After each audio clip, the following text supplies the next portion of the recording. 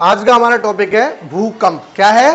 भूकंप, जिसे इंग्लिश में आप बोलते हैं अर्थक्वेक। क्या बोलते हैं?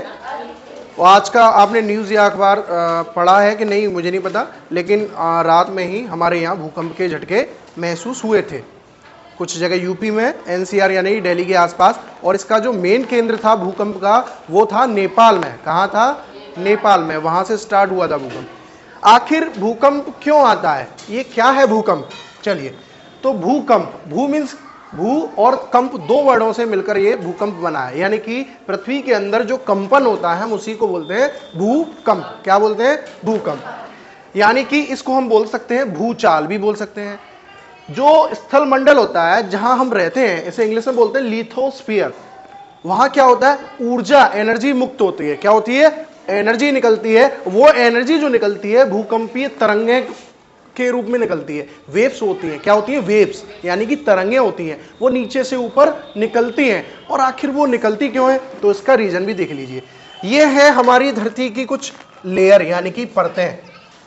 हमारी धरती की जो मोटाई है काफी अच्छे, अप्रोक्स लगभग 6300 समथिंग अप्रोक्स हमारी पृथ्वी की मोटाई है। अब आप एक चीज देखिए, जहां हमारी पृथ्वी है कुछ समुद्र भी है, कुछ जगह आप रेगिस्तान भी देखते हो यानी कि पठार, और कुछ जगह जहाँ धरती है जहां हम लोग जीवन यापन करते हैं वो भी जगह है। तो ये जो लेयर होती है हमारी धरती की सबसे ऊपर जहां हम रहते हैं, क्रस्ट और मेंटल का थोड़ा सा पार्ट यानी कि भाग मिलकर बनता है लिथोस्फीयर। यहां पर हम लोग, जीव जंतु, पौधे वगैरह ये इसी लेयर में रहते हैं। ये लगभग 50 किलोमीटर की लेयर है।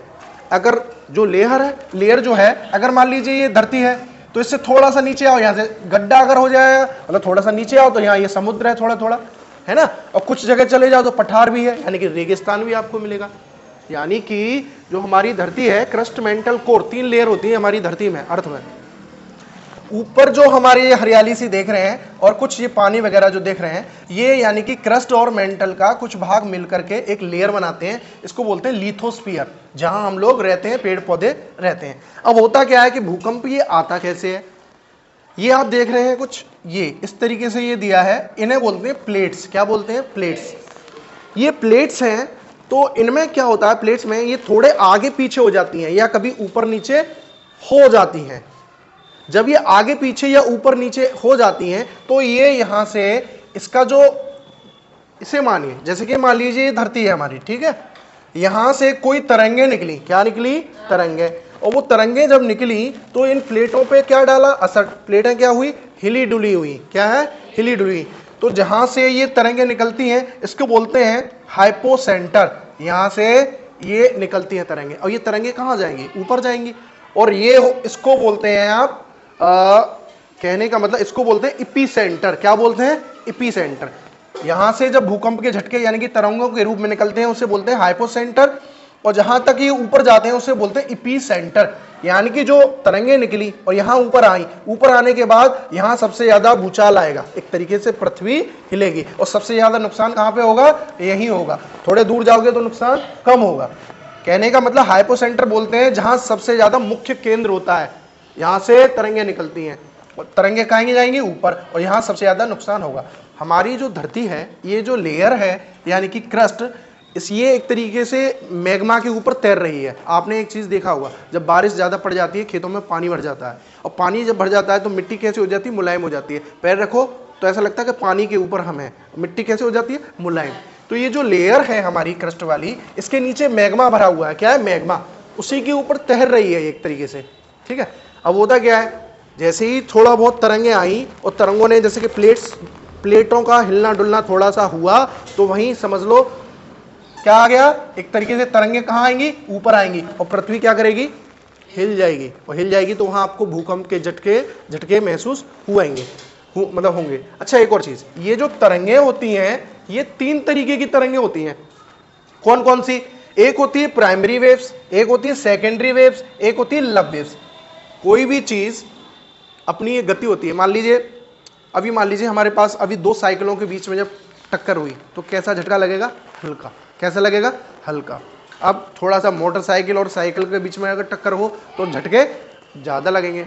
और मान लीजिए ट्रक और ट्रक में आपस में बैठा तो कैसा झटका लगेगा? बहुत तेज झटका लगेगा। इसी तरीके से ये भूकंप की प्लेट है।